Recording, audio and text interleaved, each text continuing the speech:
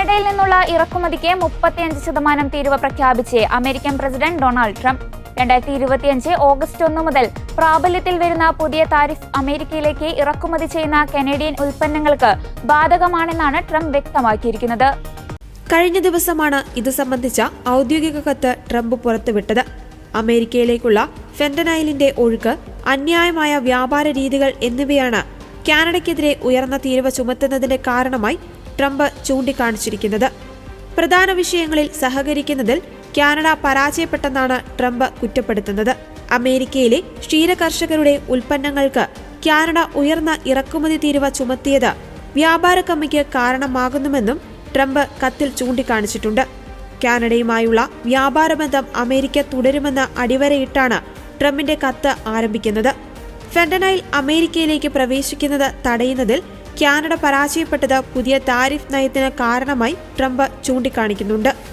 നിങ്ങൾ ഓർക്കുന്നതുപോലെ നമ്മുടെ രാജ്യത്തിന്റെ ഫെന്റനൈൽ പ്രതിസന്ധിയെ നേരിടുവാൻ അമേരിക്ക കാനഡയ്ക്ക് തീരുവ ചുമത്തി.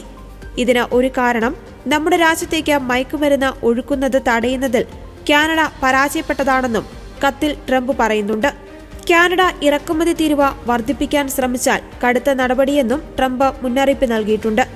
ഏതെങ്കിലും കാരണത്താൽ നിങ്ങൾ നിങ്ങളുടെ താരിഫ് ഉയർത്തുവാൻ തീരുമാനിച്ചാൽ നിങ്ങൾ എത്ര തുക ഉയർത്തുവാൻ തീരുമാനിക്കുന്നോ അത് ഞങ്ങൾ ഈടാക്കുന്ന 35% ചേർക്കുമെന്നായിരുന്നു ട്രംപിന്റെ മുന്നറിയിപ്പ്.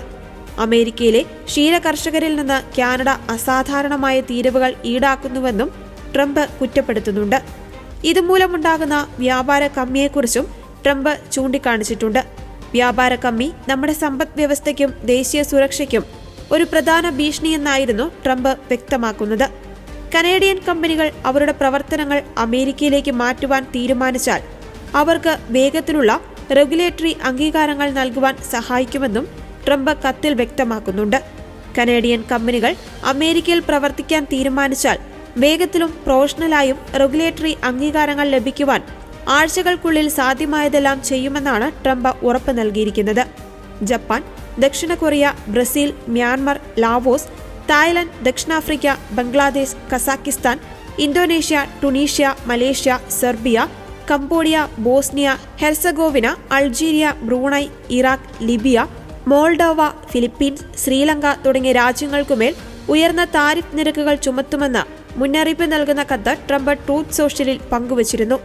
ബ്രസീലിന് മേൽ 50% തീരുവ ഏർപ്പെടുത്തുമെന്നാണ് ട്രംപ് പ്രഖ്യാപിച്ചിരിക്കുന്നത്. ജപ്പാനും ദക്ഷിണ കൊറിയയ്ക്കും മേൽ അമേരിക്ക 25% താരിഫ് ചുമത്തുമെന്നാണ് ട്രംപിന്റെ പ്രഖ്യാപനം. അൾജീരിയ, ഇറാഖ്, ലിബിയ, ശ്രീലങ്ക എന്നീ രാജ്യങ്ങൾക്ക് 30%, ബ്രൂണൈ, മോൾഡോവ എന്നിവയ്ക്ക് 25%, ഫിലിപ്പീൻസിന് 20% തീരുവയാണ് ചുമത്തിയിരിക്കുന്നത്. ഈ രാജ്യങ്ങൾക്കുമേൽ ഏർപ്പെടുത്തിയ തീരുവ ഓഗസ്റ്റ് 1 മുതലായിരിക്കും പ്രാബല്യത്തിൽ വരിക. അമേരിക്കയുമായി പുതിയ വ്യാപാര കരാർ ഓഗസ്റ്റ് 1 മുൻപ് ഉണ്ടാക്കിയില്ലെങ്കിൽ അധിക തീരുവ ഏർപ്പെടുത്തുമെന്ന് കാണിച്ചായിരുന്നു അമേരിക്ക കത്തയച്ചത്. ലാവോസിനും മ്യാൻമറിനും 40% തീരുവ ചുമത്തുമെന്നാണ് ഭീഷണി.